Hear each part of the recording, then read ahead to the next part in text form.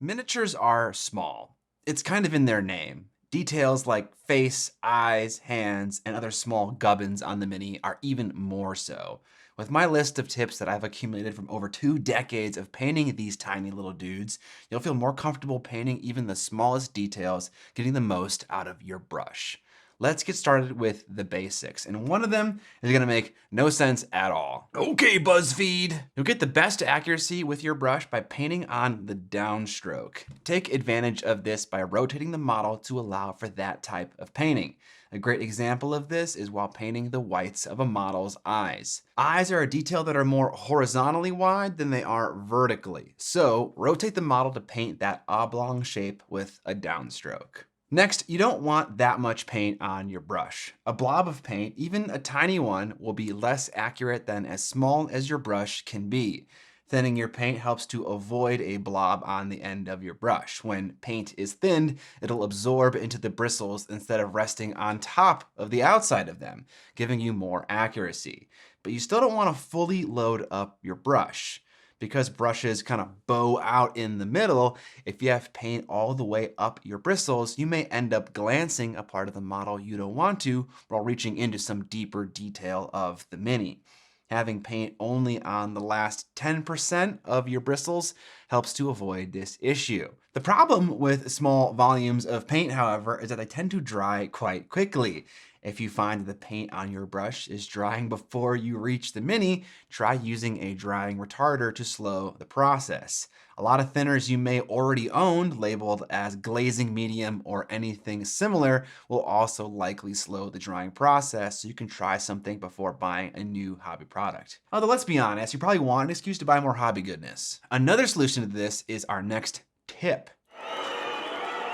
Use a larger brush.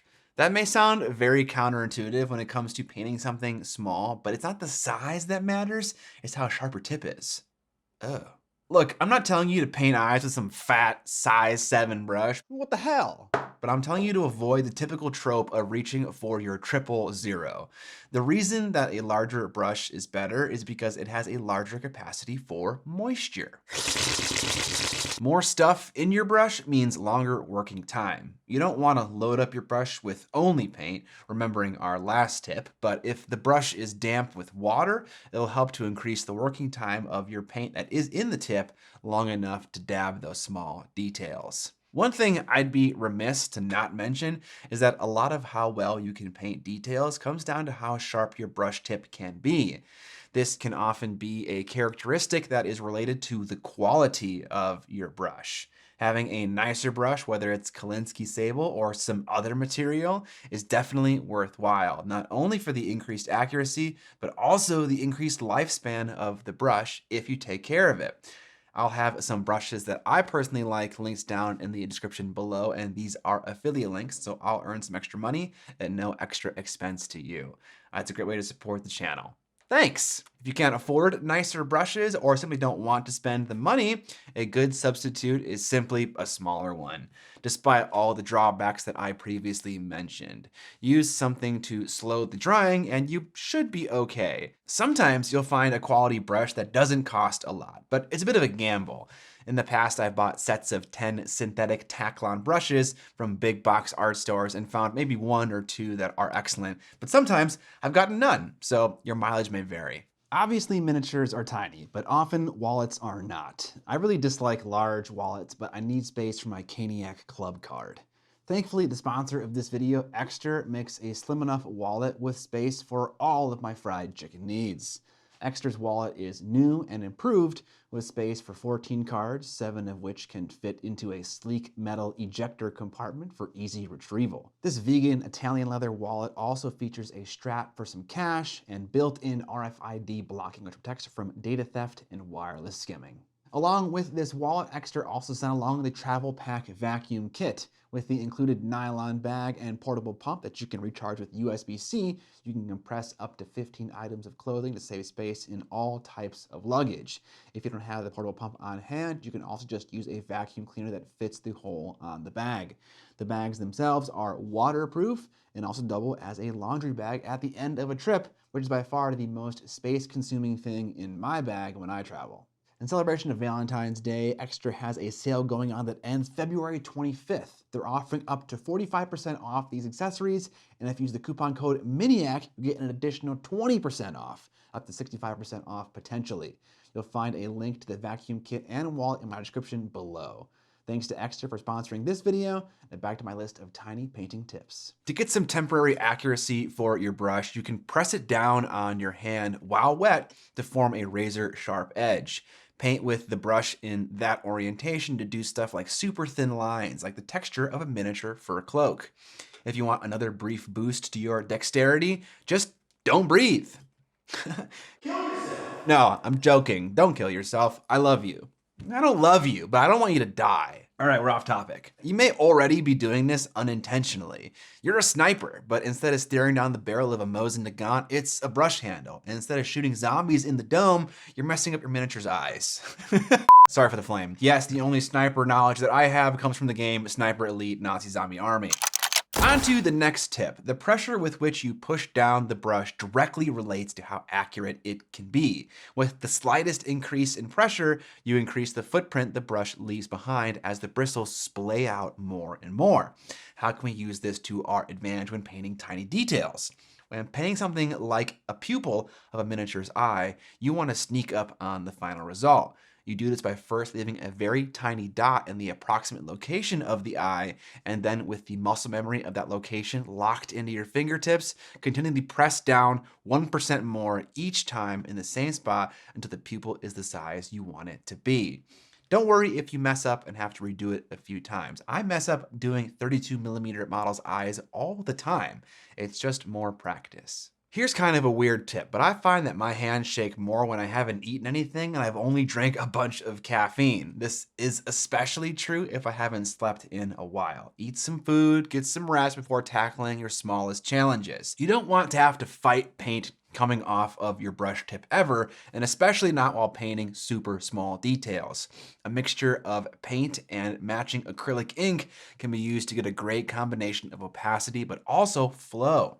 I use this tip all the time while edge highlighting and also recess shading. Painting tiny things often means we're getting up close and personal with the model, which can often lead to back pain from craning over your desk. There are two solutions to this. One is magnification lenses that come in a variety of shape, sizes, and costs. Having tried options all the way from $15 to several $100s, I can say that I struggle to use them effectively. The main issue I have with them is that the lens is a fixed focal distance. What that means is the model is in focus at a specific distance, say 12 inches. If you get a little closer or a little further, it blurs to the point of not being useful. So what, Scott? Just buy the funny looking zoomy eye things for the distance that you work at. Well, that's kind of the problem. I paint with the model approximately 7 inches from my face, which is apparently a little too close for even the most expensive of brands to have a worthwhile offering.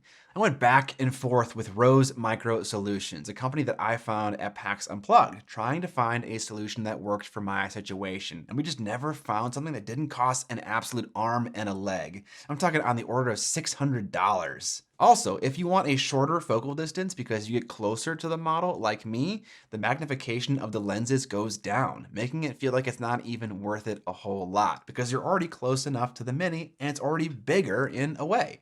In my situation, a much better solution was to put my desk on a sit-stand base, or have a chair that goes super low, or add desk feet risers to your current desk, and these are shared in the order of most usefulness. With a sit-stand base, I can raise my desk to as high as where my hands are and have a nice straight back while painting super close to my face. There are many painters who have a lot of success with fairly cheap magnification loops, so definitely do a test on your own. But for me, raising my desk and lowering my chair was the way to go. The last and most important tip to remember is your points of contact. Rest your elbows on your armchairs, lean your forearms on the edge of your desk, clasp your hands together in the middle, etc. The more points of contact, the better. I was recently sent an office chair, this one, that goes one step further. The forearms rotate upwards so that my entire forearm can be supported all the way up to the edge of my desk. This video is not sponsored by Habata. I'm just sharing a genuinely useful feature that I haven't seen in any office chair, and it's just super helpful. The absolute best stability points are with your fingertips, however, as that is closest to where the action is happening.